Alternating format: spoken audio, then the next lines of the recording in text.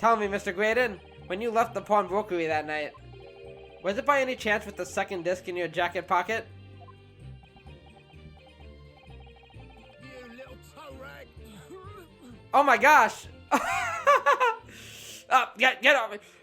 Come here, sunshine! I'm gonna beat the crap out of you! No, please! Sulky! Don't call me Sulky, you gutter snipe! What is up, ladies and gentlemen? I am the Story-Driven Gamer, and welcome back to the channel. Today we're hopping back into the Great Ace Attorney Adventures. And I am excited, as always, to get back into it. We interviewed or interrogated, whatever you want to call it, Edgar Benedict. We found out some very important information, the chief of which, that his real name is Ashley. And I love that. I don't know, I just love the idea that this posh British gentleman is named Ashley. And it's no wonder that he would go with an alias, if that was your name. Especially if he's this evil criminal mastermind or something, or even a criminal mastermind's henchman. That's not exactly a threatening name. So, I get it. We discovered that what he was after, him and his cronies, his henchmen, were after that little box, which they were trying to pull a fast one. Like, oh, the box, nothing happened to the box. The box is still there. But obviously, if they wanted something, what was in the box, they would take it. They would take the box, take whatever's in it, and possibly leave the box there. And that's what they did. So we used the stereoscope to see that a picture before the box was tampered with, and a picture from after the box was tampered with. We saw that the box was not in the exact same position. And then we actually sent, I guess, the bailiff, or we sent somebody to get the box and kind of examine the inside. And I think that's what we're up to now. I think we just got a report that, that they got some information about the box. So we're gonna see what's up with that. But before that, we ended up bringing Gina to the stand. I guess because we were desperate enough, and as expected, she had to be truthful on the stand, and she basically, incriminated herself and I guess us about, what happened months ago with the McGuilded trial. The whole thing about how she had to kind of lie on the stand, even though she was being bribed, but still, that's still perjury. So, yeah, that's a thing. That's a consequence that we, as well as Gina, might have to deal with further on. This might be my last recording. It might not be the last episode, depending how long the section is. It could be 2 episodes, maybe even 3 if it's, really long, as the last sections or, the last chapters tend to be. I don't know, it's interesting. I don't know where, if this is really the end, I don't know where it's going. Because, it seems straightforward, Edgar Benedict or Ashley Graydon is our guy. And, we're just gonna have to, press on, prove it, and then that's it, but that seems, for the finale of an Ace Attorney game, there's usually some big twist, and I think that's why I've been leaning so heavily into, maybe McGuilded's alive. I still think it makes sense that could be, a twist, that he's out there still alive. I also don't know if this game is gonna set up anything for future games, or, in this case, the future game, the second one. I don't know if there's going to be a third one in the works at any point, but at least the second game, I don't know if there's going to be, anything set up in this game for that game, That could be cool, but we'll just have to wait and see. So obviously I'll give my final thoughts on the game as a whole once we conclude. If this is the final section, I do want to try and, time permitting, play it through all the way. Even if I do have to split into 2 episodes, maybe even 3 if it's really long, but we'll see. So, enough talk. Let's dive right in. There it is. What are we gonna find inside? I'm assuming nothing will be in it, but maybe we'll find some kind of trace evidence. So, this is the article in question, is it? The small box deposited with the pawnbroker by Mr. McGuilded 2 months ago, and on the night of Mr. Winterbank's murder. The only item on the shelves that was touched by whoever broke into the shop. Quick! Let's open it and see what's inside! Yes. Oh. Oh, a telegram? What do you call that? That's like the telegram thing, right? Good gracious, this is no ordinary box, it seems. Wow. Although in truth, I had an inkling that might be the case. I didn't. It would appear that the box houses a miniature music box movement. Oh, okay. So I guess, is this tied to our music box disc that we have? Then, is it too much to expect? Oh, yeah, that would make sense. The disc is what he was after. I think it would be reasonable to assume that it is a device for the playback of this disc, my lord. But the disc wasn't in there at the time, right? So it's not like he... Unless there was another disc, it's not like he, grabbed the disc and, you know, took it from the music box. Because we had it, or somebody had it. Maybe Gregson had it by that point. So here we have the means to play back Mr. McGuilded's disc, deposited at Windibanks at much the same time. Not strictly correct, my lord. It was not McGuilded's disc. It was the disc of his victim in the omnibus. But why, for heaven's sake? Are we to understand that the brickmaker was trying to sell his music box disc to Mr. McGuilded? Interesting. Give me the deets. I believe the answer will become clear if we listen to the music on the disc, my lord. Now, I don't know how these things actually work, but is there a chance it's not music? Like, is there some kind of, like, recording or something? Yes, very well. Let the court now listen to this curious disc at last. What the? Who is that? Wait, my lord! Don't do it! Good grief, what is the meaning of this, Inspector? The music box and the disc are, well, they're unrelated to the case. Yes, of course, that's it. No need to spoil the somber atmosphere in the courtroom with some silly bit of music. This disc may very well have motivated the culprit in this case to commit murder. Clearly, there's every chance that it's fundamentally important to understanding what happened. Don't be dense. The prosecution has no objection. Yeah, but no. That piece of evidence is... Clearly, Scotland Yard has some vested interest here. But it is policy of this prosecutor to leave no avenues unexplored. And you, Inspector, have no jurisdiction here to prevent that from happening. Gah, phooey. No further delays, please. Play the disc, now. Let's see. We've been waiting. We've had this disc for so long. Shouldn't we take the paper off? Okay, pretty.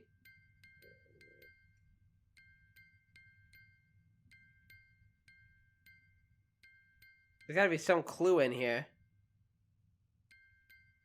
I don't know if I should keep playing or... What on earth? That's certainly not what I would call music. It's very basic. It's a pretty sound, but no. It's just the same note playing over and over again in an irregular sequence. Oh, is it Morse code? I bet it's Morse code. Maybe it's not a music... Oh, there's definitely a message on there. I was wondering how. I was like, I doubt that they can, like, record things. Like, actually record people speaking. I bet you it's Morse code. And, yeah, that's gotta be it. What the? Ha ha ha ha ha! You fools! Mr. Graydon? Are you alright? This really is priceless. Ah, I can dance. After all that, the music box is broken. Broken? It can't be, can it? Liar. Well, obviously. In fact, I wouldn't be surprised. You liar. Stop lying. If the officer sent to fetch it and drop it in the way back to the courtroom... say what? Well, with much regret, I feel the court must accept that this music box offers little in the way of clues. I don't think so. Are you ready to move on, counsel? Come on. No, we are not ready to move on. Yes, alright, it does sound as though it's completely broken, but is it? Could this music emanating from the music box possibly be a new clue? You bet your biscuits it is, Ryunosuke. It could be a clue. I believe that it could be relevant, my lord. Good lord, but how can it be? It's an abomination, Council. Mere noise. I fail to see how it could have any meaning whatsoever. It does sound strange, I agree. But there's one thing bothering me. While Graydon stands there, chortling victoriously. Ha ha ha. Yes. The inspector beside him has a rather telling expression on his face. He's like, "What are you doing, Ashley? Shut the hell up." It's as if Gregson recognizes the sound. As if he's familiar with it somehow. And that's making him appear extremely on edge. If that's the staunch of the defense of my Nipponese friend, on to me this then. Oh. Yes?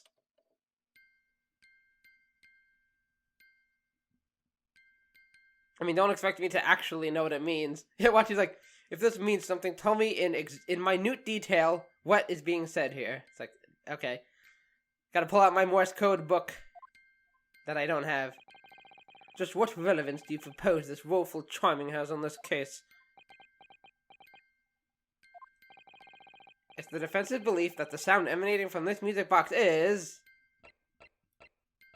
an unusual genre of music. Not supposed to be music. Slam! Just because this is a music box, it doesn't necessarily mean the sounds we're hearing are music. What are you talking about? Look at that, the smile vanished from Graydon's lips as soon as I said it. I'm on to you, Graydon. I'm on the right lines here. I must be. Hee making deductions based on how people react to what you say. You're acting just like Hurley, Runo. Oh, goody. He's my idol. The sounds we're hearing aren't necessarily music. Well, now that you've told us what they are not. Fair enough. Maybe I should tell you what they are. I'm sure the court would like to hear what they are. Do enlighten us, my Nipponese friend. Well, sure? Surely you have an idea in mind, because if not, I'm gonna blow up your HP bar. It will be the death of your ill-formed argument. Do tread lightly. Exactly. The music box is clearly broken. Refusing to accept that fact is pure foolishness. They've got me. I don't know what the answer is, yet. Runo? I've just examined the music box very thoroughly. And I'm fairly certain that's not broken at all. Really? Yay! Iris coming in for the clutch. Really? The way it's been made, it can only produce a single note anyway. Thank you, Iris.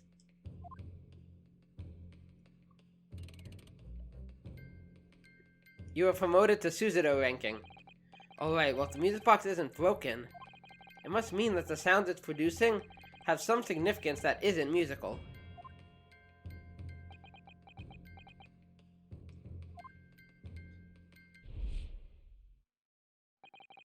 Ah!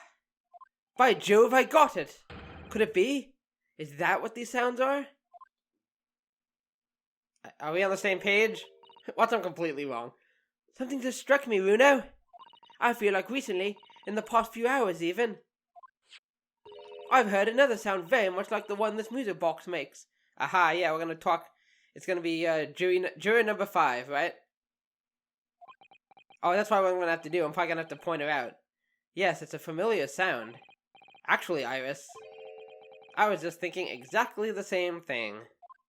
You betcha. I'm going to have to press the defense for an answer. If your assertion is that the sound produced by this music box is in fact music at all, then what the devil is it, Counsel? All the evidence we've seen so far, all the testimony we've heard, it's all pointing to one single answer now. Bang! The prosecution demands that my learned Nipponese friend presents proof now. Tangible proof of this latest wild speculation. I'm getting there. Alright then. This could be the best chance I'm going to get to fight back in this trial. And if I'm right, it's going to join all the dots together. Connect the dots. The evidence that explains the true nature of the sounds of this music box disc is... we have a piece of evidence? I thought I was going to have to point out the juror. Okay, well, it's not the disc. Okay, let us think. Let us think. I know what I'm getting at. We just need evidence now. We haven't used this yet. I forget what this is even about. This morning's paper, which contains an article about government. Oh, maybe that. Oh, maybe that. I bet you that's it. Take that! Boom, am I right? Today's paper, Council. The headline is Pawnbroker Perishes in Pickpocket's Plunder. Hardly supportive of your cause. No, my lord. I was hoping you'd look a little further down the page. Further down. Ministry Mole. Classified secrets may have been leaked overseas from Ministry of Justice. Yes, this is a very serious matter being investigated at the highest level, I understand. I have heard that international transmissions along supposedly secure lines are somehow being intercepted and leaked to various other countries. And presumably, those transmissions are in the form of wired telegrams. Yep, of course. Juror number 5, your input, please. Stop. Oh, me, sir? Whatever is the matter? You told the court before that you worked at the same communication station as Mr. Gregson, did you not? Yes, that's correct. And the particular station where you work deals with government communications and newspaper reports? Ah. Oh yes, we're not your run-of-the-mill communication station at all. Our work is extremely important. Well, my voice cracks a lot when I try to do her voice. Then tell me, is this not a very familiar sound? Now that you mention it? See, she's doing it right there. You don't mean to say, is it? I think so. That's right, madam. It bears more than a passing resemblance to the sound made by your telegraph machine as you tap it. I believe it's called Morse code. Yeah, baby. I was onto it. But I don't believe it. Believe it, lady. Now correct me if I'm wrong, but when it comes to leaking telegraph from government departments, there can be nobody more perfectly placed than a highly skilled communications officer. Are you suggesting that the music box disc contains stolen government secrets in Morse code? That's what I'm saying, Van Zykes. Order! Order!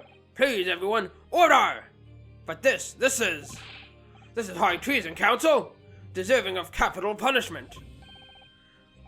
Too much new vocabulary. What is this treason? And what is capital punishment? The sorts of words I'd have expected you to know. For our sovereign government's confidential information, hostile nations would surely pay almost any price. Yes, and on that night 2 months ago, that was the very negotiation that was taking place inside the omnibus. Ah. The plot thickens. But in the end, McGuilded perished, and all the important disc lay unclaimed in the pawnbrokery. My word! In which case, whoever stole that information in the first place must surely have been beside himself with worry. Because if the disc were to be discovered before it found its way out of the country, it would reveal an act of high treason punishable by death. So the culprit had no choice but to retrieve it. And in order to do that, he would have to gain entry to the pawnbrokery illegally in the middle of the night. Ashley, I'm looking at you. Because the article left behind by Mr. McGuilded would incriminate him too much if it got into the wrong hands. Isn't that right, Mr. Gregson? Ashley Gregson? Will you stop calling me that? You think I've been stealing government secrets? Preposterous. Absolutely preposterous. So, in response to the defense's accusation, you claim complete innocence, do you? Well, of course I do. I've had to stand here in silence while the pretentious foreign lawyer has been prattling away. Objection! Up. Bang! Then by all means counter the charges, sir. What? The prosecution demands the witness testifies in response to the accusations brought by the defense. Oh, damn it. Delighted, I'm sure. Okay, here we go. The witness is reminded that the crime under scrutiny in this trial is the murder of the pawnbroker Mr. Winterbank. That being a most flagitious offense, whatever that means, for which the law of this land sanctions a capital punishment. But the heinous act of high treason is no less serious a crime. I urge you to bear that in mind as you testify, Mr. Graydon. Duly noted. So then, let us proceed. You may... Is that Gregson again? Oh, what? These two? You gotta let us have a rabbit and pork here, Governor. We got things to say. I beg your pardon? Who do you think you are? Name's not Skulkin. Occupation is professional baddie. Name's Ringo Skulkin, but we ain't baddies enough to sell out our motherland. That's right. We what they call... Look at us go! The three Skulkin brothers. Come on, Sulky, join us. Yeah. Bad timing, fellas. Very bad timing. Okay. I still don't know what Gregson's role is, and maybe he's a secret government agent? I don't know. Graydon's counter. A mere communications officer couldn't possibly steal confidential government information. Besides, the sounds produced by that music box aren't even Morse code. It was some low-class brickmaker negotiating with McGuilded anyway, was it not? I've no relation to the man. Look, all we done is break into the golf the other night like what he told us to do. If we'd known there was dodgy government secrets involved, we wouldn't have touched it. Interesting. So they sound like if they're telling the truth, like they had no idea what was going on. Maybe they were just paid to do this. And now they're realizing, oh crap, this is a bit above our pay grade. Fascinating. I wasn't listening though. Mr. and Mr. Skulkin. What Mr. will do, Governor? What's up? Do I take it that you now admit to the crime? That on the night in question, you did indeed gain entry to the premises illegally. And moreover, you did so as a party of three, in collaboration with Mr. Graydon here? No?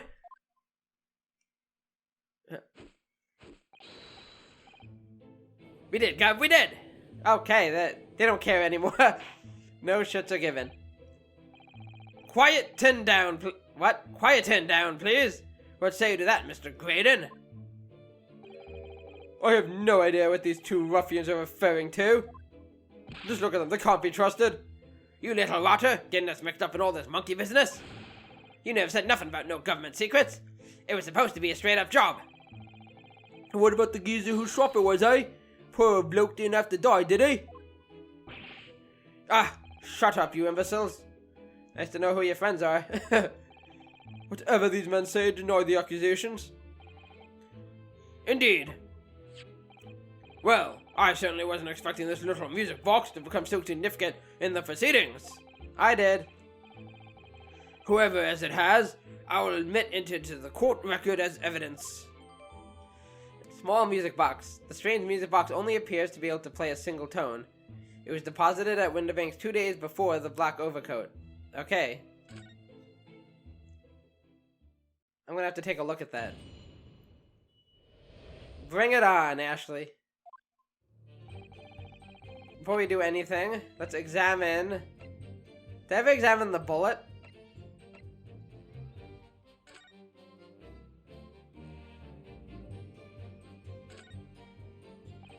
This is the bullet that was fired from the Skulkin brothers' gun on the night of the incident.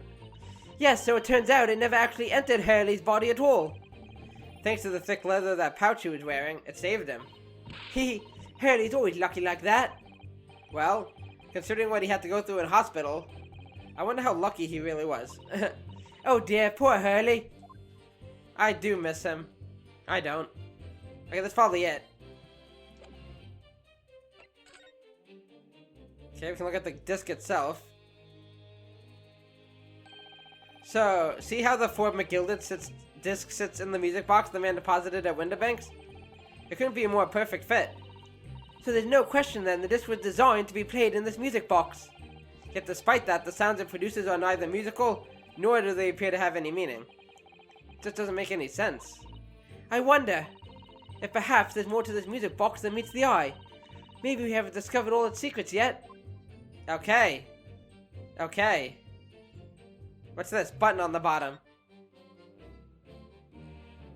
Is there a secret compartment? Oh. What is it, Runo? I've just noticed something about this music box. It looks like the bottom of it opens up as well. Ah, you're right. Well, come on then. What are you waiting for? Let's open it. Alright then. Here goes. Look at that. There's another movement on the underside. So, does that mean another disc? You can set another disc to play back on this side? Yes, I think so. And it looks like the two movements are linked together. They're linked. So if you had two discs, they would both play back at the same time.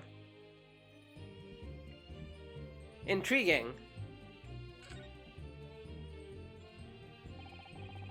Who'd have thought there would be a second movement on the underside of the box? And this movement is like the other one. The comb's teeth are all the same length. So this movement also only produces a single tone, like the other one? Yes, it must do. Except that the length of the teeth in the two combs isn't the same. So the single tone produced by this movement will be different to the single tone we've already heard. What? Basically, each movement can only produce a single note, but the notes they produce are different. A music box that can only play two tones. Okay. I guess that's it. I didn't actually look at... This is the mechanism that turns the bumps on the disc into sound, isn't it? Yes, the movement. It's all thanks to the comb with its teeth that are plucked by the passing bumps. Usually the teeth on the comb are different lengths, so that each one produces a different tone. But this comb is very strange. All the teeth are exactly the same length. Well, what does that mean? It means that no matter which tooth is plucked by the passing bumps, the music box will make the same sound. I've never seen a music box like it before. Yes, it is strange. A music box that can only play a single note? There has to be some significance to that, surely. And did she say that this one could play different, like different notes? I think that's it. Okay, I think that's it. We didn't get any actual new information. Now, we don't have like a second disc to play. Okay, anyway. A mere communication officer couldn't possibly steal confidential government information. Let's just go down the line. So, is this newspaper headline accurate? Government communications are being intercepted? How could I possibly know? What do you mean by that? Any important government communications are handled by high-level officers, by specialists. General members of staff in the station where I work would never be entrusted with sensitive information. Oh no, stop! Oh no, stop! Must say something, stop! Let me guess. Juror number 5. We regular communication station officers aren't as lowly as you're being led to believe.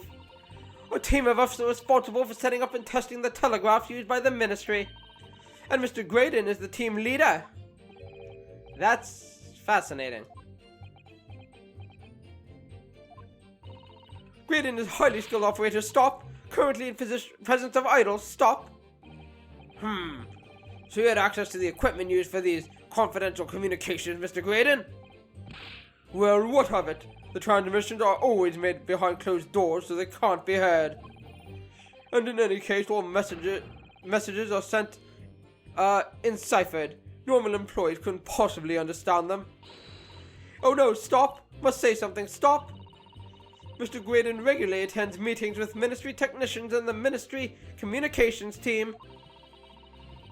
He assists them in ensuring that there are no errors in important international communications. And he's received the top prize at the cipher cracking convention 5 years in a row. That's, once again, very fascinating. Gregson's a highly skilled operator, stop. Currently in presence of idol, stop. Worship me, peasants. Well, your idol would appreciate it if you would keep your mouth shut, madam. She should really pick idols more carefully. I tell you, this lawyer's accusations are completely unfounded. Sure they are. Besides, the sounds produced by that music box aren't even Morse code. Do tell. They're not.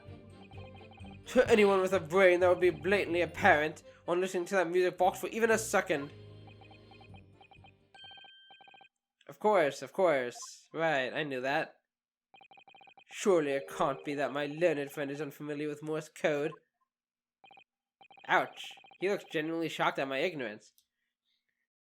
Yeah, Ryunosuke, how can you not know that that was Morse code? Or that that wasn't Morse code? Gosh. I mean, duh. Ha ha ha ha. I'm assuming it's me again. Oh. I would be more than happy to demonstrate the basics for you, sir. A lesson? Here in court? Morse code is a continuous series of two distinct tones. Tones, you say? Tones. Yes, a short dot and a long dash. By combining those in different ways, you construct letters. I see. For example, this is A, and this is B. But when you listen to the sound produced by this music box, you can only hear one tone, don't you? But it sounds so similar. The rhythm of it is the same and everything. So I wonder if you play, like maybe there's another disc, and if you play that disc at the same time as this disc, it'll create like maybe the second disc has like the dash sound or something. Maybe. But there's no discernible meaning to this apparently random sequence of sounds. So your assertion is fundamentally flawed. This is not Morse code. No! Dang flabbit. Oh, you silly nugget. Really, you shouldn't be so surprised. What did I tell you? That music box is nothing but a worthless piece of scrap. Slam! Perhaps you might consider studying a subject matter before casting aspersions in future. In the future, even. Stop. Nothing to say. Stop. Nothing to say, but stop. Oh, it's so frustrating, isn't it? Iris? I mean, if the government secrets were somehow being leaked using the music box, so many other things would slot into place so nicely. Could this still be something I haven't considered? Would it really be impossible to use this music box somehow to play back Morse code?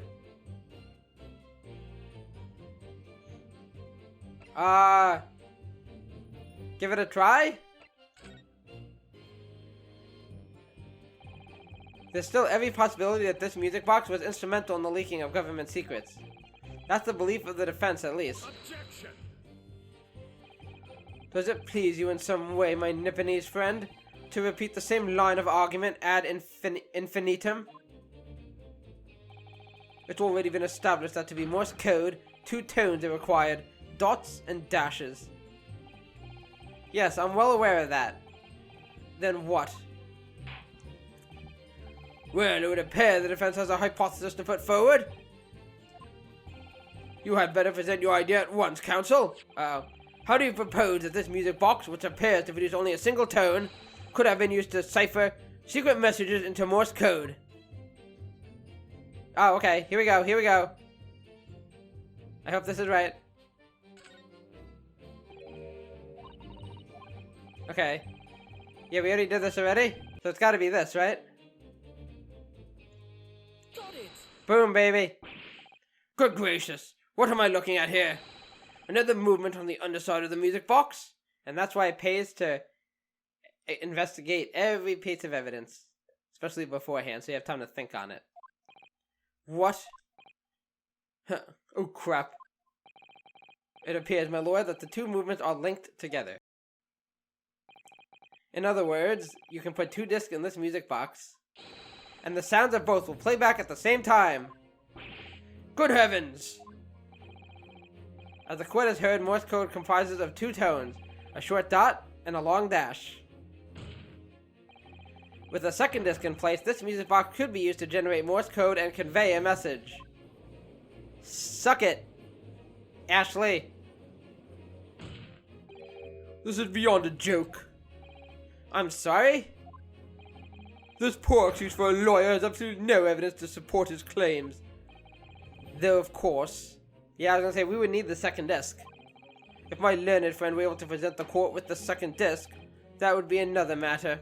Well, I can't at the moment. And may I remind the court that, as the witness has pointed out, he was not the one in the omnibus with McGuilded 2 months ago, striking a deal over the disc or discs. Indeed, that was Mr. Mason, the brickmaker. Exactly. I had nothing whatsoever to do with it. Ah, crap nuggets. Though it has holes, I must admit the argument presented by the defense has much promise. I believe the cross-examination should continue. The link between Gregson and the victim of the omnibus case must be there somewhere. But I haven't found it yet. Oh dear. It looks like you need to give your argument more strength, Bruno. You will reiterate your testimony if you please, Mr. Gregson. If I must, then I maintain exactly what I did at the start of this pointless cross-examination.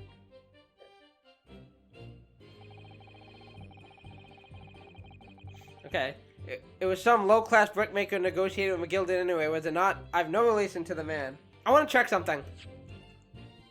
Because didn't we get Mason's full name? It probably was in Susan's notes, right? Okay, Mason Milverton. That doesn't help.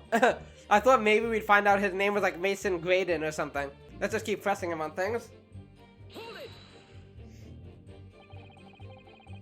So, 2 months ago in that omnibus, McGuilded killed the brickmaker and stole the disc. Mr. Mason was a single man with almost nothing to his name. It seems he lived in an artisan quarter some years ago, but people there remember little about him. That doesn't make much sense though, does it? How would a humble brickmaker come to acquire secret government information? How indeed?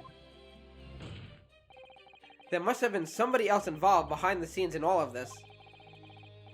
Somebody who acquired the disc and gave it to Mr. Mason, in order to take it to the meeting with McGuilded and negotiate a deal.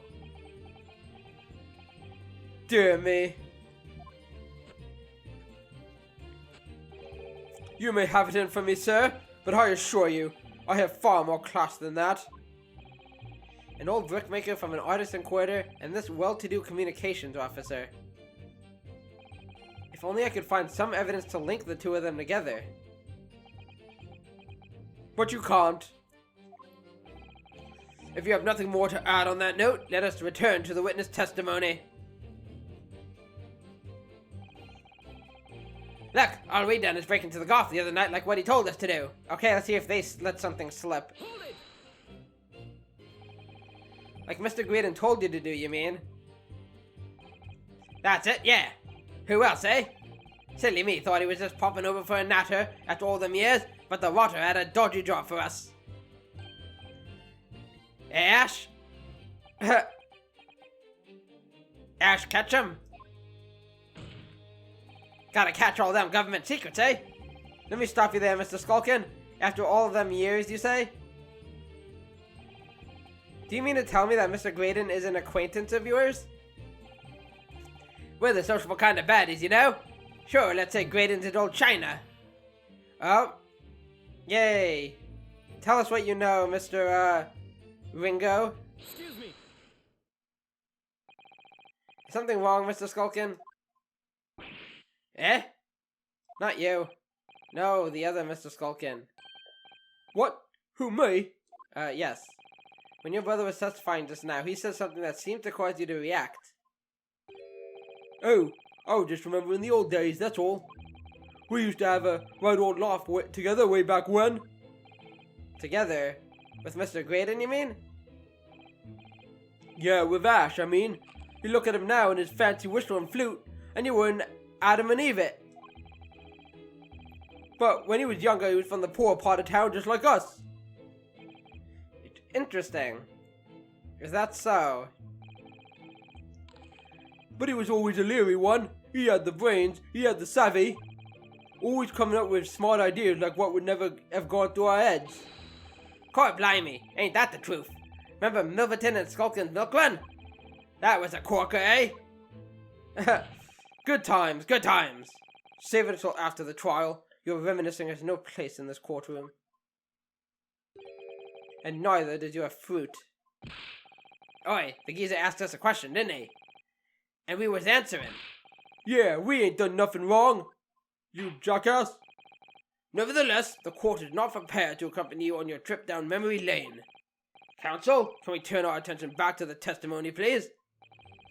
I don't know. Could that sentimental story be relevant somehow? I'm just gonna go ahead and say yes.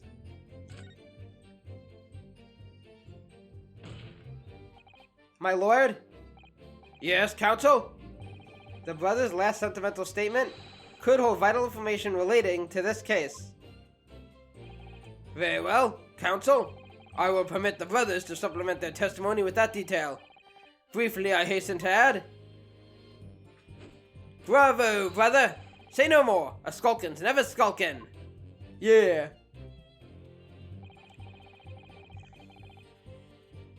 Oh, there we go. I think we can do it right there. I don't think we need to press him or anything. Because we got Milverton. Where is it? It might ask me what wait, no, that's not it. What am I doing? This is what I'm looking for. Mason Milverton. Okay, am I right? Dang it! I think I got ahead of myself. Okay, we're gonna press him on that. Maybe that's what I gotta do. That's gotta be it, though. I'm sure I'm going to regret asking, but what exactly was that? Some kind of business? That's a little scheme we had going back when we was youngsters. A bit of fun, really. Delivering fresh milk to the locals. That's what it was all about. That sounds alarmingly legitimate. There must be a catch. I suppose since we're here, I should ask them to elaborate, but on what? Yeah, the business name. So this business was just a bit of fun, you say? And it was just yourselves and Mr. Gregson involved? Yeah, that's it. Milverton and Skulkin's milk run, was it? Yeah, that's it. And where did the Milverton part come from? Oh, right. I thought a clever clogs like you'd have worked it out up to now. That is... Enough of this. How much longer are we expected to listen to this drivel? I don't... Shut up, Ashley. Let me guess. You don't accept anything these two witnesses are saying? Tell me, why is it that it was only at the mention of the name Milverton that you decided to interject? Because well... Maybe his last name really is Milverton? It wasn't the happiest of homes that one came from. Yeah, his old man was struggling for money so much, his wife walked out on him. He took the name, Gregson then, see? Aha. But Ash will always be Milverton to us. There we go, that's the information I needed. Milverton. So that used to be your surname, did it? Of course not, that is all bunkum. I've been a Gregson since I was born. Do you really think you can rely on the testimony of these two thieves, You're a communications officer attached to the civil service. As such, your personal details will have been thoroughly checked at the time of your appointment. It would be a very simple matter indeed to subpoena these records, Mr. Gregson, if that is your real name. Ah! Well, it would appear that Mr. Skulkin's testimony had been reliable. For once? Yeah, really. You were born Ashley Milverton, then? Is that correct? What a name. Very well, yes. So, Ashley Gregson was once Ashley Milverton. That information could change things. And could turn out to be extremely important. Ashley Gregson, a telegraph operator at the Central Communication Station whose last name was once Milverton years ago. He's a childhood friend of the Skulkin brothers. Fascinating. Okay, I got ahead of myself there.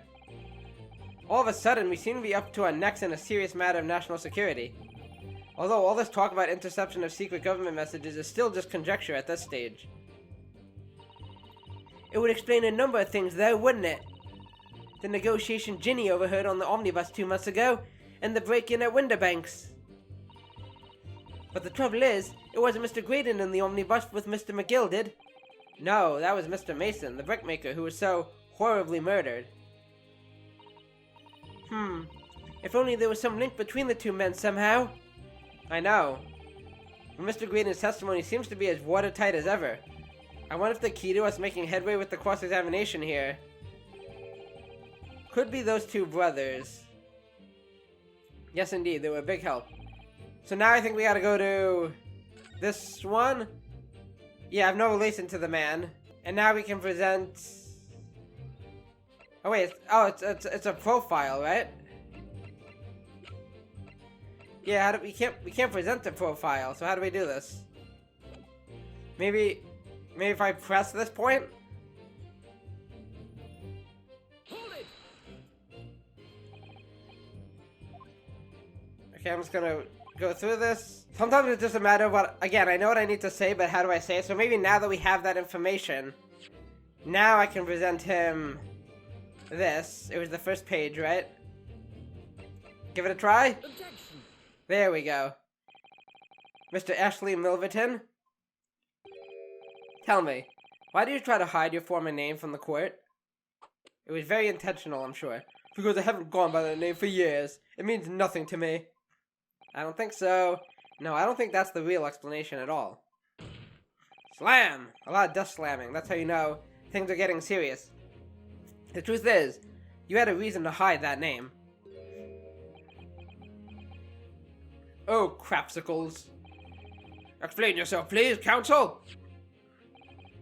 I have here the notes from the omnibus case, my lord. And as we all know, the victim, the man who we now understand to have been negotiating with McGuilded. Yes, Mr. Mason, the brickmaker? That's right. Only Mason wasn't his surname at all. It was his given name.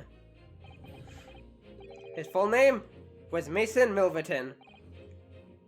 Mill? I feel like I just heard that name. Very recently. Milverton? Do you mean to say? Saints alive! Mr. Ashley Milverton. Is it not the case that the brickmaker, Mr. Mason Milverton, was your father? I believe so. Oh, I don't. As I believe I mentioned earlier, your family history would have been thoroughly checked when you joined the civil service. And it really would take no time at all for the court to subpoena those records.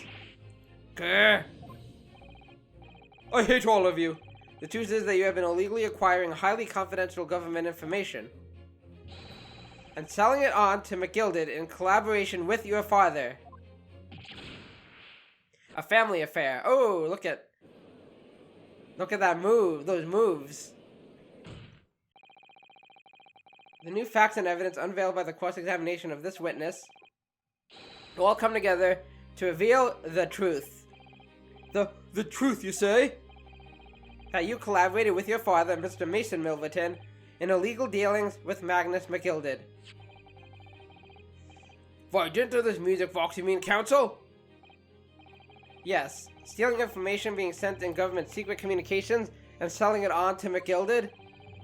Mr. Graydon concocted this elaborate scheme of using 2 music box discs to encode the information. Now, I have an idea, though.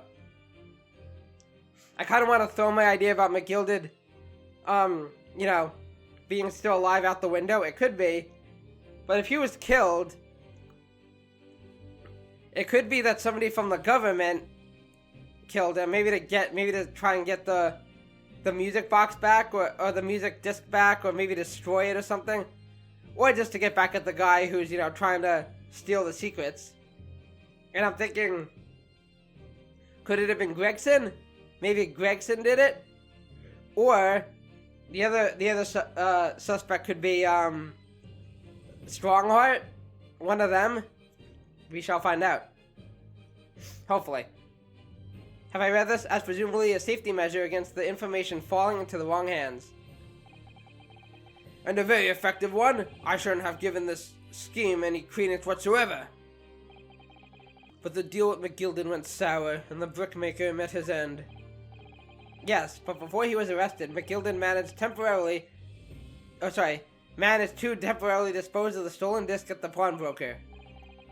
Then, having learnt of the situation, you appeared at Windibanks 2 days ago, in an attempt to recover the 2 articles McGuilded had placed in pawn there. Indeed. But that attempt failed. One of the discs was seized by the police, and the other you never found. So that same night, you enlisted the help of the Skulkin brothers and broke into the pawnbrokery. Slam! This time, determined to recover the second disc. Are you suggesting that the second disc was inside the music box? Oh, duh, that would make sense. Eh? We never knew nothing about that. On the night that Mr. Windibank was killed. Okay, that would make a lot of sense, though. The intruder to the pawnbrokery touched one item, and one item alone, the music box. As rather ingeniously demonstrated using the 2 prints from the security camera indeed. So the question that naturally begs answering is this. Why was only that one article disturbed? The answer is obvious, because it contained the second disc which the intruder was desperate to retrieve. Since if it would have fallen into the hands of the police, it would be proof of high treason. You got that right. Well, Mr. Gregson, do you deny that all this actually began on that fateful night 2 months ago? Tell us the truth. I refuse to accept any of this nonsense. Okay. He's gonna play hardball. Sir? Don't be difficult now. There appears to be blood seeping through the sleeve of your jacket. What? It's just a flesh wound, don't look at it. 2 nights ago, we know that 3 shots were fired at the scene of the crime in Windibank's pawnbrokery. Bang, there's one. One took the life of the pawnbroker himself. Bang! One struck the pouch around Mr. Sholmes' waist. And the final bullet, that's the one that hit the calendar. Bang! Struck the calendar on the wall of the shop, having first pierced the arm of one of the intruders. Mr. Gregson, that wound on your arm they seem to be trying to hide. It's a bullet wound, isn't it? No. He's got you now, me old China. Time to call it quits and croak, I reckon. Ashley Gregson does not croak. Don't acknowledge my presence there under any circumstances whatsoever. Those were my terms, remember? And I paid you handsomely to comply. Clearly I was a fool to think I could trust some common backslum thieves. Okay, he's pretty much admitting to it. Fine, I admit it. I was there in Windibanks that night. I paid this pair 10 guineas to accompany me. And as you've noticed, I sustained an injury in the course of my adventures. But he hasn't admitted to the murder yet. Hey, I'm not done yet. But that is all. I admit to nothing more. Stealing government secrets, negotiating with Mr. McGuilded. I can still dance even with a sore arm. As God is my witness, I'm sure I recall nothing of the sort. He's not going to go down without a fight. Not until I can show hard evidence, I suppose. Nevertheless, the defense has now established a crucial fact. Which is... well, we know that one bullet was fired from each of the 2 firearms we have in evidence. The bullet from the Skulkin brothers' gun hit the pouch around Mr. Sholmes' waist, right? And the bullet from Mr. Windibank's gun clearly must have been the one that caught Mr. Gregson on the arm. Right. Indeed it must. We can rule out the possibility that the man shot himself. And that leads us to only one conclusion. Mr. Windibank was shot by a 3rd gun. And that probably belonged to Mr. Gregson. It can only have been fired by the third intruder. Goodness! Yes, indeed. That's right, Mr. Graydon. Grr. The only person who could possibly have shot Mr. Winterbank that night is you. Dun dun dun. Hold. Oh, that was Gregson, right? Is he gonna step in again? Or is that him? I don't have these voice sprites down yet. Ha ha ha ha ha. You little upstart. You made a great mistake when you summoned me here. This isn't even my final form. What? What's that supposed to mean? Yes, as you rightly say, I was there at the pawnbroker's. I did my best to hide the fact, naturally. I had no intention of ruining the distinguished career I'd built for myself at the communication station. But did the thought never cross your mind? Did you never consider the possibility? What? What do you mean? What thought? What possibility? The possibility that if I was there at the scene, I may have witnessed the crucial moment. You see, look upon my visage. This makes me a key witness in this case, and I have my hands firmly around the neck of your client. I mean that figuratively. What? Are you suggesting? I saw it all. I saw the very moment that pickpocket girl pointed the gun at that poor defenseless pawnbroker and shot him. And I waited till now to tell you. You... What? Oh boy. Order! Order! Order! Well, it would seem we are finally entering the last act of this theatrical trial. Mr. Graydon? Yes? I trust you are fully aware of the implications here. If it is shown that your claim is false, you would have incriminated yourself as the killer. Yep, that's correct. Oh, I understand fully. He realizes he's trapped in a corner. He has no choice. Then I must ask you to give your formal testimony once more. You will explain to the court for certainly what you saw at the moment the defendant allegedly shot the victim.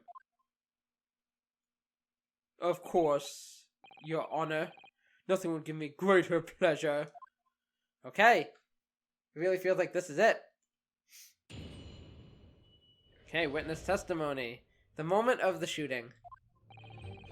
While those ruffians were jostling with the broker, I was still near the entrance to the shop. When Winterbank threw Nash over the counter, I felt a sharp pain in my arm. I pursued the man, but he shot himself in the storeroom. I could see him through the peephole in the door, though. The accused in a black cloak shot the man in the back as he was trying to flee to safety. I saw the blood spat all over that wretched girl. That sounds false. Then she tossed the gun out of the peephole, so I picked it up and made my escape. Was there blood all over her? We know that the blood that was on her didn't belong to, Winterbank's, the one that was on the coat. Good gracious, this is quite extraordinary testimony. You claim, sir, under oath, to have clearly seen the defendant pulling the trigger. That's a load of bull. Order! Order! Order! It wasn't my intention to testify in this way. But neither is it my intent to be found guilty of a murder I didn't commit. Look at me. You think someone with these moves could commit murder? So you see, my hand has been forced. I tell the truth now as an act of self-preservation. The truth? Until now, the prosecution was completely unaware of these details. Yes, well, sorry about that. Having shot me in the arm, the pawnbroker was then shot in the back by the accused. Yeah, huzzah! And as I said, she was showered in his blood. You see the blood spattered over the accused's coat. Are you sure on that point? Oh yes, quite sure. All over the black overcoat that pickpocket girl was wearing at the time. Really? If a coat could somehow be shown to harbor vestiges of blood, that would be conclusive evidence here. Can't we? Such an investigation is entirely possible, my lord. What? Only very recently, a German scientist has developed a technique to identify human blood. It happened just yesterday, as a matter of fact. So here's the true science, not some amateurish detective's dubious foray into the world of chemistry. There's nothing dubious about Hurley's work. His ideas are all sound. You take that back. Ideas are no use to us here. In science, as in law, theories must be proven before the stand. Okay, you got me there. In Germany, the technique has already been employed in the courtroom as the basis of evidence. Scotland Yard has a small quantity of the chemical reagent used, with your lordship's permission. Enter the fire! We could shatter all vestiges of doubt within minutes. This doesn't look good, Runo. Yeah, we already know it does have blood. And, according to what What's-His-Face just said, Van Zykes just said, it can only identify human blood. It's not as sophisticated as Iris's thing where we can use it, I guess, to deduce whose blood it is. That's not good, because it'll show blood and they'll just be like, aha, that proves it. Why not? Well, we know, don't we? I should be whispering, that there's blood all over the front of Ginny's coat. If they test it with their chemicals... Oh, help! You're right! I was forgetting what happened yesterday.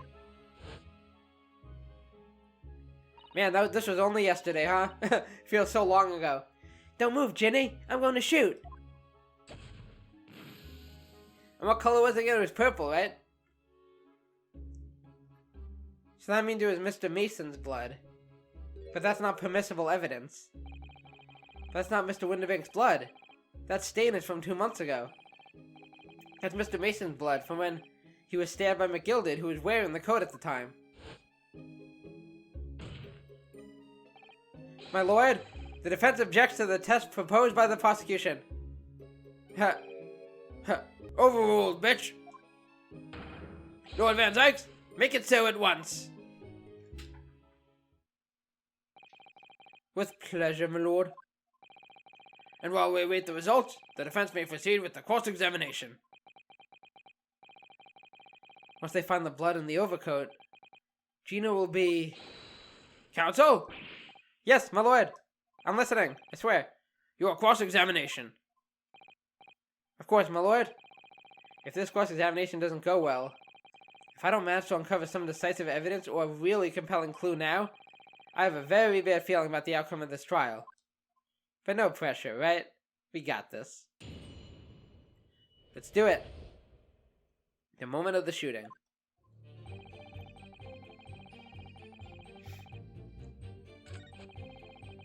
Okay.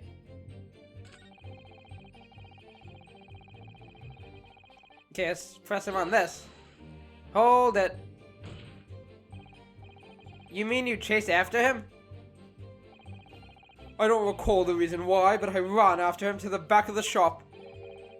And what about this peephole in the door you mentioned? Well, unsurprisingly, the storeroom door is a solid job. Made of stout wood. That's right, it has a little peephole. But there's a small opening in it about the head height that lets you see what's in there from the outside. Actually, I should know that, shouldn't I? I looked through it myself that night. Was she wearing the coat? She was, right? And what about you burgling brothers? Did you see what went on through the peephole as well? Nah, not likely, Gov. Didn't see nothing of the sort, Gov. I doubt these two buffoons were even aware of the peephole's existence. Ringo over there probably couldn't even see it. So the Skulkin brothers were there, but they didn't see the killing of Mr. Winterbank take place. Inside the storeroom, I could see the broker and that young girl standing there. The defendant? Yes, though neither of them noticed that I was looking. The girl raised her gun and pointed it straight at the man. And then, what did you see next? What did you see next? The accused in a black coat shot the man in the back as he was trying to flee to safety. Hold it! Yes, when the crime was discovered, the defendant was found with a gun in her hand. But that was Mr. Winterbank's gun, from which only a single bullet had been fired. And as we've already established, Mr. Graydon, that bullet was fired at you. But no. It wasn't the broker's gun that the pickpocket girl had when I saw her. Oh yeah, yes, the bullet from Winterbank's gun grazed my arm, and yes, the Skulkin's gun grounded the detective. But this was another gun entirely, a third gun. The broker's gun was not the murder weapon, so clearly there had to be a third firearm involved. In other words, the accused must have had her own gun with her at the time. Objection! Did you see one? But no other gun was found at the scene. I mean, she was literally unconscious. You would have known if she had a gun on her. Calm yourself, counsel. Sorry? You must consider the events in order. Do tell. At first I saw the broker and the girl glaring at each other, but then all of a sudden, the broker turned to run. And it was at that moment that the little gutter rat shot him in the back. A chilling image, I must say.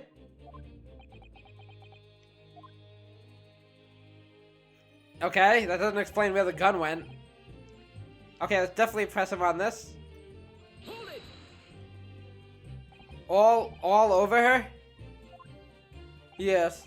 Through the peephole, I saw it clearly. Of course, the stains are invisible now, what with the coat being such a dark color. But I assure you, that garment is sullied with the victim's blood. Well, it is sullied with blood, that's for sure. But it's not Mr. Winterbank's blood, is it? No, that's right. It's Mr. Mason Milverton's blood from when McGuilded stabbed him 2 months ago. It's so annoying. If they'd only accept Hurley's chemical analysis, we could prove that.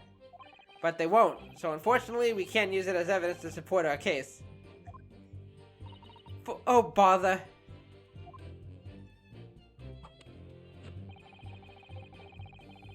Okay, toss the gun out of the people. Oh, that's right. He did say that. Hold it! Did I hear you correctly? She threw the gun out of the room? That's right. After the broker fell to the floor, she started walking over. Over where exactly? In the direction of the storeroom door, to where I was watching. Of course, I quickly retreated, and then the girl dropped the gun through the peephole onto the floor on my side of the door. But why on earth would she do such a thing? I couldn't tell you. Perhaps she was hoping to distance herself from the murder weapon. Without thinking, I went and picked it up. I suppose I was worried about just leaving it there, in case any more tragedies took place. So it was you, in fact, who took the third gun from the scene of the crime? You betcha. Yes, it was yours truly. I left the clear up to my lackeys and left. Clear up?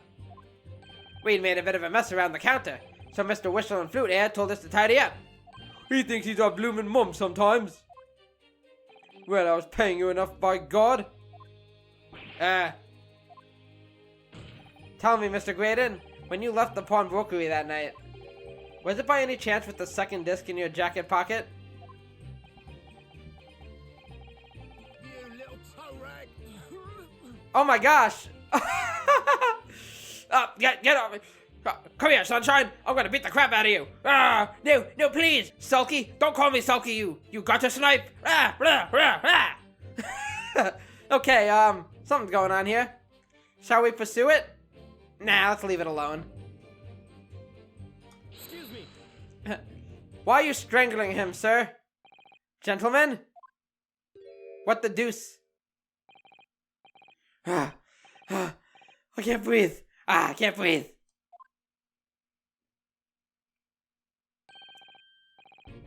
Something wrong, sunshine? Nothing to see here? That should be my line. You do realize you were just violently shaking Mr. Skulkin? No. Blimey, this dude's a bit of an hooligan, ain't he? What was going on just now? You saw him. He grabbed me whistle. Why the blazes, he said. Didn't you mention the third gun when we got down to the station? And why didn't you? 'Cause we didn't know nothing about it. Or that flaming peephole in the door. Sorry about that. Might be. I can be prone to losing my rag sometimes. Not hurt, are you? Cora, blimey. See the way he's looking at me? I'm telling ya, this D gives me the willies.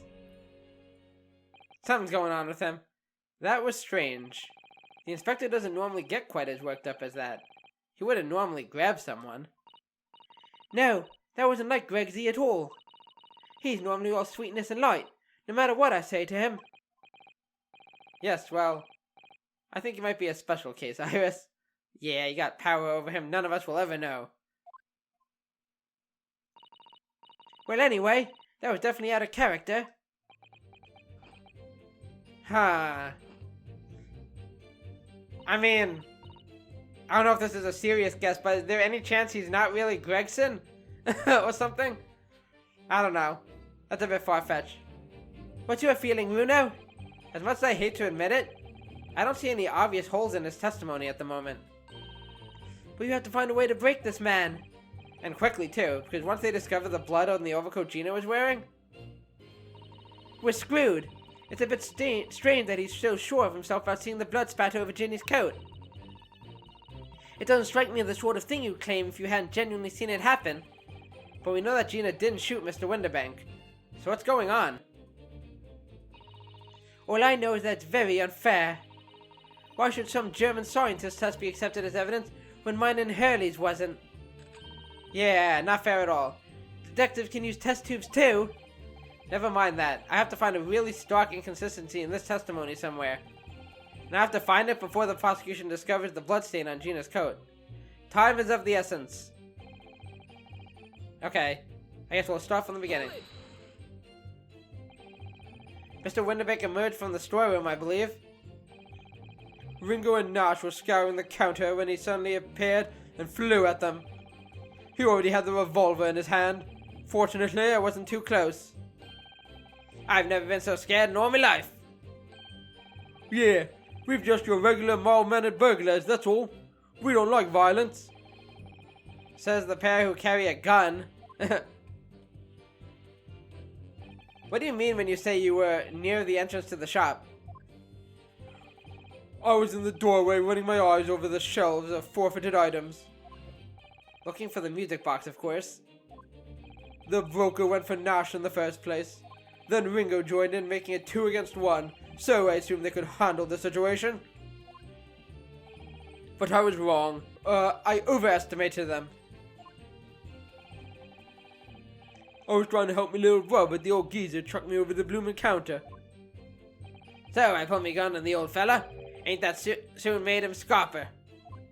The pair of you setting upon the poor defenseless pawnbroker together? Shame on you, for shame. Sorry, Gov. Okay. Hold it! You mean that's the moment you were shot? Yes, though I didn't immediately realize what had happened, of course. Things crashed to the floor from the counter as the 3 men were brawling. It was at exactly that moment that it happened, so I didn't hear the gunshot. And the bullet went on to strike the calendar on the wall behind you. So it would appear. When I looked at my arm, I saw it was bleeding badly, so I wrapped my handkerchief around it. Seeing as I couldn't explain what had happened to a doctor, I had no choice but to wait for it to heal. I didn't imagine it would still be bleeding 2 days later. Did Mr. Winterbank intend to shoot you, do you think? Well, no, I don't imagine he even noticed I was there, to be honest. Perhaps the gun went off accidentally. Anyway, it didn't quite strike home. When I pulled my gun on him, he tried to shove me out of the way. And then he scarpered through that door out back. At which point, what did you do? Oh. Uh-oh. We found nothing. My lord. It's me, the bailiff. Requesting your lordship's permission to interrupt the cross-examination. No. Explain yourself, officer. Guess you have the coat. I have the result of the test that was ordered earlier, my lord. Ah, the blood. On the accused's overcoat. Thank you, officer. Very well, the course examination is hereby temporarily suspended. I presume you have no objection, counsel? No, my lord. I suppose not. Well, there you have it. The report, please, Inspector. Yes, sir. Traces of human blood were found on the overcoat of the defendant, Miss Gina Lestrade. From the extent of the stains, it would appear that they were the result of spattering following a gunshot wound. End of report. Goodness me. Wait a minute. Oh, ha, ha, ha, I'm a little ballerina. See, what did I tell you? Objection. Now, it's been a while, but wasn't... Hang on. Wasn't, what's-his-face stabbed? Mr. Mason? Yeah, there was a stab wound. So they just said it was from a gunshot? No, the blood on that coat is not Mr. Winterbank's. What on earth makes you say that, counsel? The coat originally belonged to Magnus McGuilded. Just before his coat was deposited at Winterbank's, McGuilded had fatally stabbed Mr. Mason Milverton. So the blood on that overcoat is the blood of the brickmaker from the omnibus case. Objection. Well, the dead cannot speak. Isn't that right, my Nipponese friend? Sorry? 2 months ago, in this very courtroom, did you not argue fervently for McGuilded's innocence? And yet now that the man is dead, you brand him as a murderer. Yeah, my bad. It happens. Your conduct shatters any shred of respect you may have earned for yourself in this country. But that was then and this is now.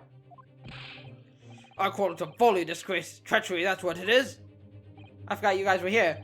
How do we determine whether the blood in that coat is 2 months old or not? Even a stereoscope couldn't help answer that problem pop out. It can't be done. But, I have scientific evidence. We use Mr. Sholmes' specially founded... Mr. Sholmes is a detective, not a chemist. Would you put such faith in a chemical formula devised by me, for example, when I'm a communications officer? I held out Perotsky to starving boy, and he ran away crying. Okay, thanks for that. Sherlock Sholmes is barely more than a figment of the public's imagination. I kind of hope he just pops up out of nowhere. His name carries no weight in this courtroom. No weight at all. How could you say that? Victory is sweet indeed, baby. This proves that my testimony is the whole truth from start to finish. How do you arrive at such a conclusion, sir? As the witness said, the accused coat was splattered with blood of the victim. The only way Mr. Graydon could possibly have known that fact is if he saw it happen. In other words, his testimony is solid, and the conclusion is singular. It was the accused who shot the victim in this case. That is the whole truth. So if he knew that the blood was on the coat, it means he's either seen the coat, maybe even right after the crime, months ago. Maybe he saw the coat covered in blood, or maybe he was at the scene of the murder somehow. Okay, who's this? My lord. Been a long battle, this one, but this old warhorse has something to say now, if you please. Mr. Foreman? As of this moment, sir, the squadron has reached its final decision. Oh boy. Ready, men? All for one now. Huzzah! Sir! Guilty. Oh boy. I thought so. Guilty. We're screwed. Guilty. Guilty. Yeah. Okay. Are we really gonna have a, summation examination? Well, it would appear the ladies and gentlemen of the jury have reached a unanimous verdict. Ah, the sweet nectar of my grape juice. The defense has consistently failed to unpick this witness's testimony. Here's to any attempt you may make at unpicking the jury's decisions being equally successful. Wah! I don't believe it. after I've come so far? How is it all unraveling on me so fast? Yeah, this is bad. How very distressing. To be held in such low esteem. Is this Sholmes, maybe? I don't know who this is. The bailiff. Won't you agree, Mr. Naruhodo? Who is this? Okay, is this gonna be somebody important? I'm trying to think who this could be. Sholmes in disguise? That would be interesting. Or maybe, you know who we haven't seen in a while? What about the detective? What was his name? It's been so long. That, like, undercover detective guy from, like, the first and second case. I forget if we saw him in the third case, but he was definitely in the first and second one. Officer? You've delivered the report now. That will be all, thank you. It occurs to me with some regularity, Mr. Naruhodo. The scientific truths are determined not by science, but by none other than the human mind. I know that voice. I don't. Am I going mad? That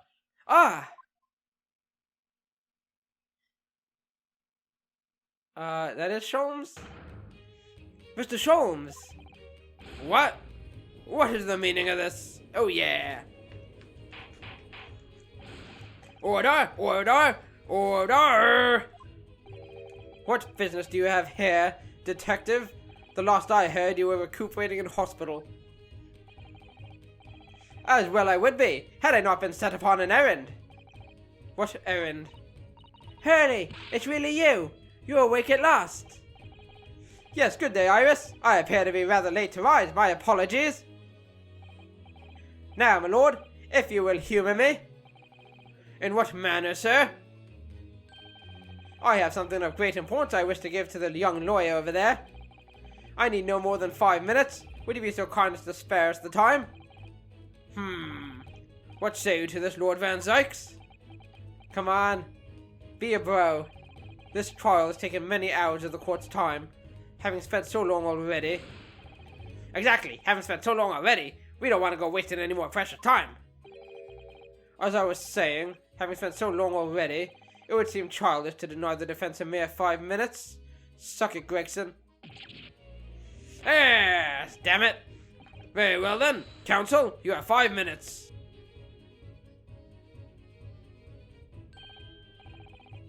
My dear fellow, I apologize for my tardy arrival. Mr. Sholmes, are you alright now? Alright, I'm all wrong. Sorry? I've only just managed to summon the strength to stand, man. I asked the judge for 5 minutes. But I fear even that may prove too much for me. Pray forgive me should I pass out. Let's make this discussion as short as possible. Hurley, this place is full of idiots. None of them can see how wonderful your chemical blood analysis is. Yeah.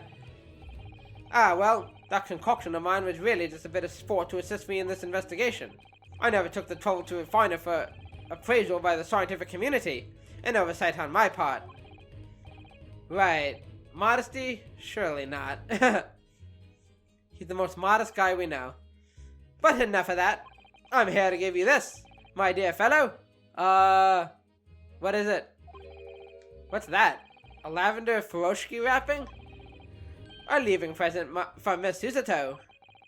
From Miss Susato? Ooh, it's gotta be good.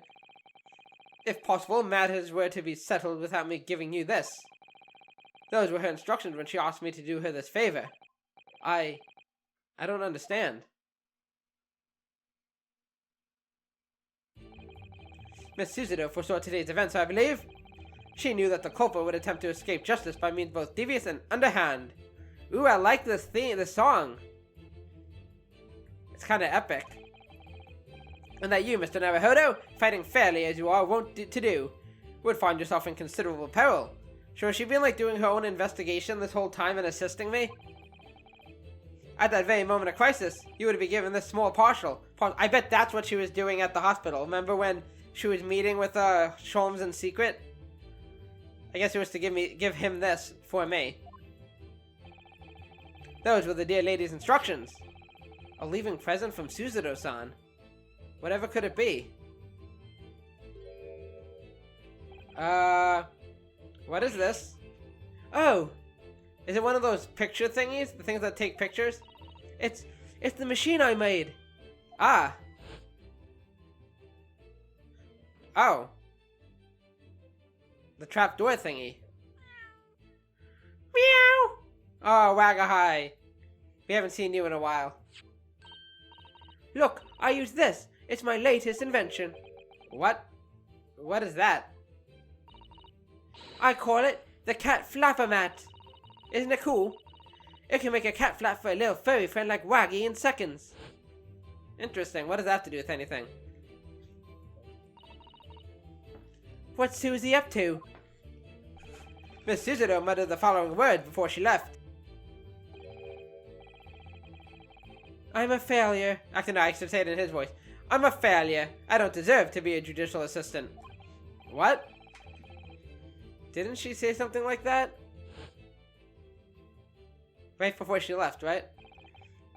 You really are the best judicial assistant in the world. Well, that's extremely flattering. Oh, I haven't voiced her in so long. I miss you, Suzuto. Iris has been good, but... Can you both be my assistant? But I'm sorry to say that I've been a complete failure. Aww. Whatever did she mean by that, Mr. Sholmes? You'll have to figure that out for yourself. Aha! That night, when you left Winterbanks in pursuit of the thieves, Miss Suzuto made use of this contraption for a certain purpose. That is your answer, dear fellow? Not at all cryptic, then. Suzuto-san used this cat flapper mat that night? But why? Okay, let's think. The thing that immediately came to mind was maybe the door. Was there not a, oh, wait. Oh, I think I get it. If we find out that the peephole in the door was made by Suzuto after the fact, then that means that, the whole testimony that What's-His-Face made, Ashley made, about him seeing it happen through the peephole was a lie, because it wasn't there at the time. That's gotta be it. A compact machine for the rapid creation of small flaps and larger doors to allow cats to come and go freely. Or peeping eyes. I really think that's gotta be it. Into the fire once more. Your 5 minutes is over. We're out of time already? That was a fast 5 minutes.